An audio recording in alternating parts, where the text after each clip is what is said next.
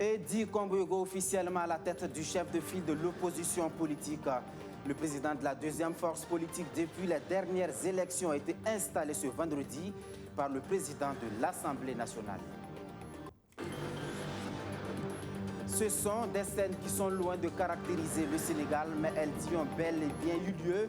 Des scènes de pillage, de casse et de violence dans les rues pour exiger la libération d'un homme politique, l'arrestation du député très critique du pouvoir sénégalais Ousmane Sonko passe mal au pays. Les manifestations ont déjà fait un mort. Voilà pour les titres de ce 19h30. Merci de l'avoir choisi.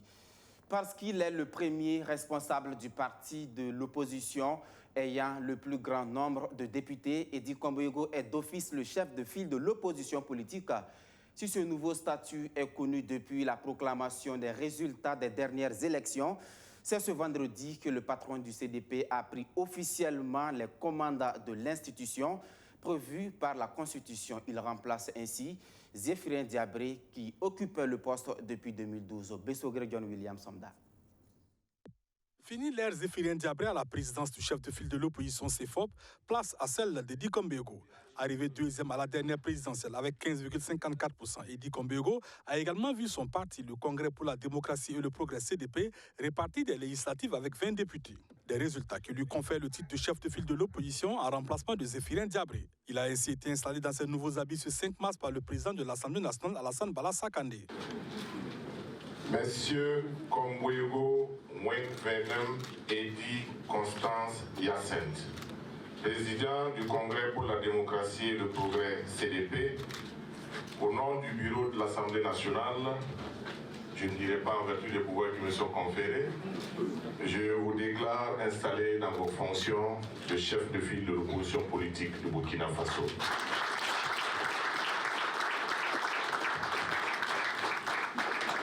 Quatrième président du CFOP après Gilbert Noël Ouedraogo, Benewende Sankara et Zéphirin Diabré, Edi Komboyogo hérite d'une institution qui a donc connu plusieurs transitions. À l'entame de son mandat, il promet d'ores et déjà de faire du CFOP une institution forte capable de proposer l'alternance politique dans quelques années. Le CFOP que j'ai l'honneur et l'humilité de diriger à présent restera fidèle à sa ligne politique dans son combat pour le changement, les intérêts inaliénables de notre peuple et la préservation d'une démocratie véritable. L'opposition politique, le CFOP doit travailler à retrouver sa crédibilité en reconquérant le pouvoir par l'alternance. Désormais leader de l'opposition, Edi Komboyogo en appelle au sens de la responsabilité de tous les acteurs politiques burkinabés, non sans demander à l'exécutif de mettre l'accent sur l'option diplomatique pour mettre fin au terrorisme qui frappe le Burkina Faso depuis plus de 5 ans. Le Sénégal, lui, est loin de l'accalmie politique dont jouit le Burkina Faso en ce moment. Le pays de la Teranga, jadis connu pour sa légendaire stabilité politique, est empêtré depuis quelques jours dans un cycle de violence dû à des manifestations en faveur de la libération d'un opposant, Ousmane Sonko, un député très critique du pouvoir de Macky Sall, accusé dans une affaire de viol.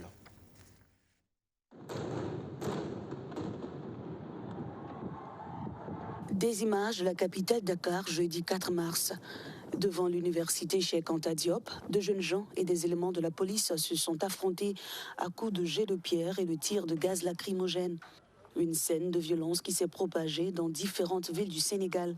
L'arrestation d'Ousmane Sonko, le leader du PASTEF Les Patriotes, pour trouble à l'ordre public a déclenché la colère des jeunes de l'opposition qui se sont livrés à des scènes de pillage de biens publics et privés.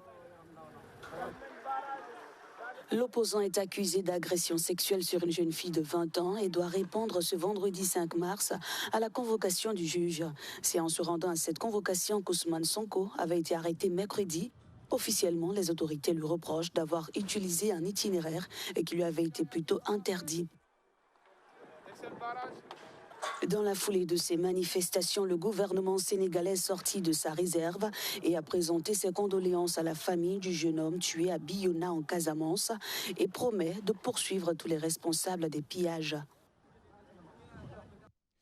Le Sénégal et 11 autres pays membres du SILS, le comité permanent inter-État de lutte contre la sécheresse dans le Sahel, le nouveau secrétaire exécutif de l'institution qui a été reçu hier par le président du Faso, à Kossiam, les deux personnalités ont évidemment parlé des chantiers comme les réformes entreprises depuis quelque temps maintenant. Arsène Konditamdi.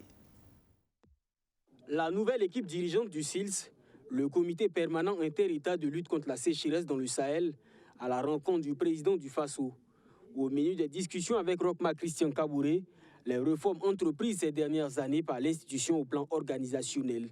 C'est la réforme organisationnelle et institutionnelle dont la première phase a été initiée et achevée sous sa présidence. Et nous avons depuis février lancé la deuxième phase de la réforme qui consiste évidemment à la mise en œuvre de celle-ci. Le président Rochma Christian Kabouré a aussi partagé avec les responsables du SILS sa vision sur la lutte contre la sécheresse dans le Sahel. Une vision qui sera d'un grand apport pour les responsables de l'institution en matière d'élaboration de projets. Nous avons également pu bénéficier des encouragements, mais surtout des orientations et de la vision du président sur les attentes vis-à-vis du SILS. Nous intervenons également dans le cadre de la mobilisation de l'eau et dans ce domaine, nous avons plusieurs projets qui interviennent dans les différents états du SILS, notamment en investissant dans les ouvrages pour l'irrigation essentiellement dans les différents pays. Le SILS est une organisation inter-État qui a été créée en 1973. Son siège est à Ouagadougou.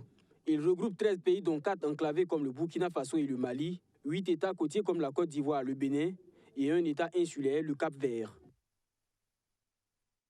La bonne gouvernance financière, le domaine de prédilection de Age Ratings, dans le but de moderniser la gestion des entreprises. Cette société a procédé au lancement de la toute première agence de notation financière au Burkina Faso et la troisième en Afrique francophone. Plus de précisions avec Abdou Aziz Sari. Elle est la toute première agence de notation financière au Burkina Faso et la troisième en Afrique francophone. Age Ratings est né de la volonté de son promoteur de permettre aux entreprises burkinabées via la notation de pouvoir avoir accès aux guichets de partenaires techniques et financiers à des coûts d'emprunt très bas. Age Ratings a mis en place des méthodologies de notation pour les différents types de sociétés, que ce soit les sociétés commerciales, les sociétés industrielles et les compagnies d'assurance et les établissements bancaires. Donc l'ensemble de ces méthodologies appliquées au secteur permettra du moins à ces différents secteurs-là de pouvoir mobiliser des financements auprès des différents guichets dont je viens de vous parler précédemment, au travers bien sûr de la notation.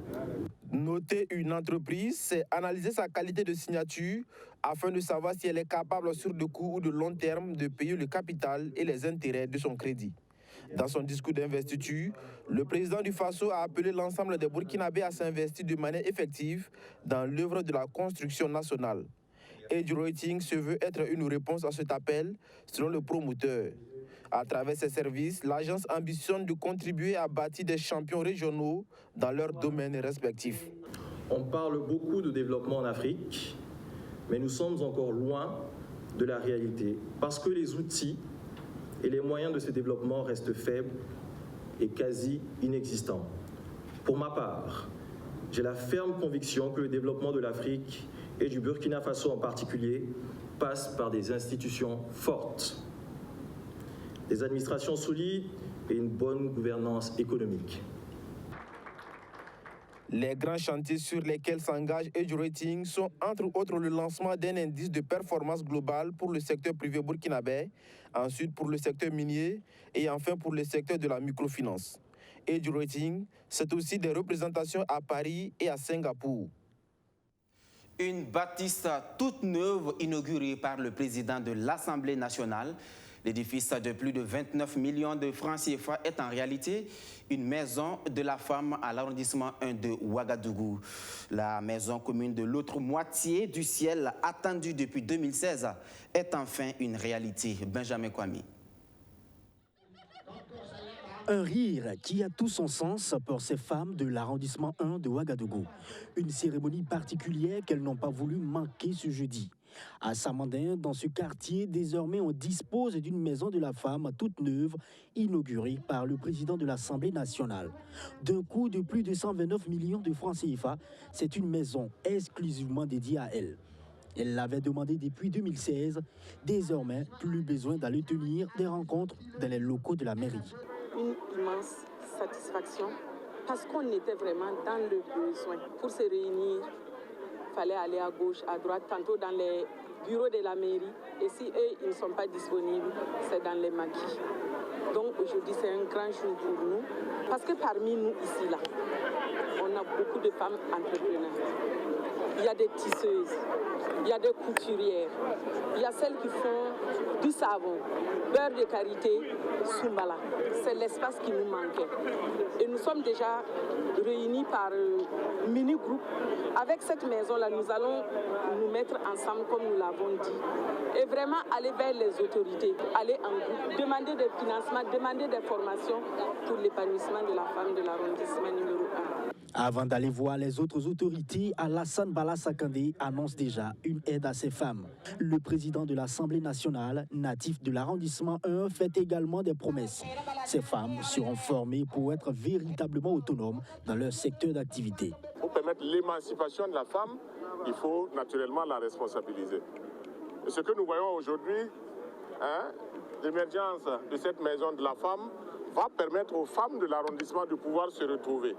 Nous avons proposé de les soutenir avec du matériel de tissage, du matériel pour faire la teinture, du matériel pour faire du savon, du matériel pour faire le Soumbala. Et nous avons également promis de voir si elles n'ont pas les capacités, si elles n'ont pas la formation, nous allons faire de telle sorte que nous puissions trouver des gens pour les former afin qu'elles puissent être autonomes. La maison commune de toutes les femmes de l'arrondissement 1, réalisée par le conseil municipal du dit arrondissement, se veut ainsi un cadre d'épanouissement, de renforcement de la cohésion sociale, mais aussi une source de motivation pour entreprendre. Elle servira de cadre de rencontre, d'expression, de partage d'idées et d'expériences qui contribueront sans aucun doute à renforcer la cohésion sociale et stimuler leur esprit entrepreneurial. Chères femmes de l'arrondissement numéro 1, vous avez désormais votre maison. Je ne vous apprends rien en vous disant qu'une maison s'entretient. Je vous exhorte donc à faire un bon usage. Le président de l'Assemblée nationale et le maire de l'arrondissement 1 sont persuadés que les femmes ont un rôle prépondérant à jouer dans la société burkinabé. Elles sont présentes dans tous les secteurs d'activité et instances de décision. Il est plus qu'important de toujours les accompagner, lance le patron de la représentation nationale, lui qui ajoute également qu'aider la femme, c'est aider le bon Dieu. Du matériel agricole offert aux agriculteurs de la province du Ganzourgou, estimé à plus de 16 millions de francs CFA, l'initiative de l'association Béonéré vise à accroître la production agricole. Archimède Boy. Des arrosoirs, des seaux métalliques, des brouettes. Du matériel agricole remis ici à 120 producteurs de la province du Ganzourgou. L'œuvre est de l'association Béonéré. Elle veut contribuer ainsi à accroître la production agricole et contrer l'avancée du désert. Et on a trouvé vraiment que c'est très nécessaire, vu le climat que nous vivons. On parle du changement climatique, ce qui est chose visible. Alors les terres sont devenues plus arides, les arbres ont disparu, les buissons, raison pour laquelle nous on a décidé d'apporter de l'aide pouvant reconstruire un peu notre nature. Une initiative saluée par les bénéficiaires. Oui, à l'endroit des bénéficiaires, c'est comme je l'ai dit dans mon intervention, c'est de l'utiliser en tout cas bon escient, parce que quand on te donne en tout cas du matériel pour quelque chose, il faut d'abord en tout cas l'utiliser en tout cas pour l'objet en tout cas précis souhaité, avant qu'on l'utilise pour autre chose. Le coût global de ce don est estimé à plus de 16 millions de francs CFA et est entièrement financé par l'ONG Solida Suisse. Avant de nous quitter, sachez que tandis qu'on assiste à une ruée sans précédent vers la majorité présidentielle, des partis tels le Faso Autrement, le Soleil d'Avenir et le Mouvement pour le changement et la renaissance optent pour l'opposition. Edi Kombego ne sera donc pas si orphelin au niveau du CFOP. Ablasse Ouedraogo, Abdoulaye Souma et Taïrou Bari, pour ne citer que ces trois figures, sont prêtes à mener la bataille avec lui. Voilà qui met fin à ce journal. Merci à tous de l'avoir suivi. À vous qui nous faites confiance depuis Zamo dans le Sanguier, soyez en remerciés. À demain pour d'autres actualités. Bonsoir.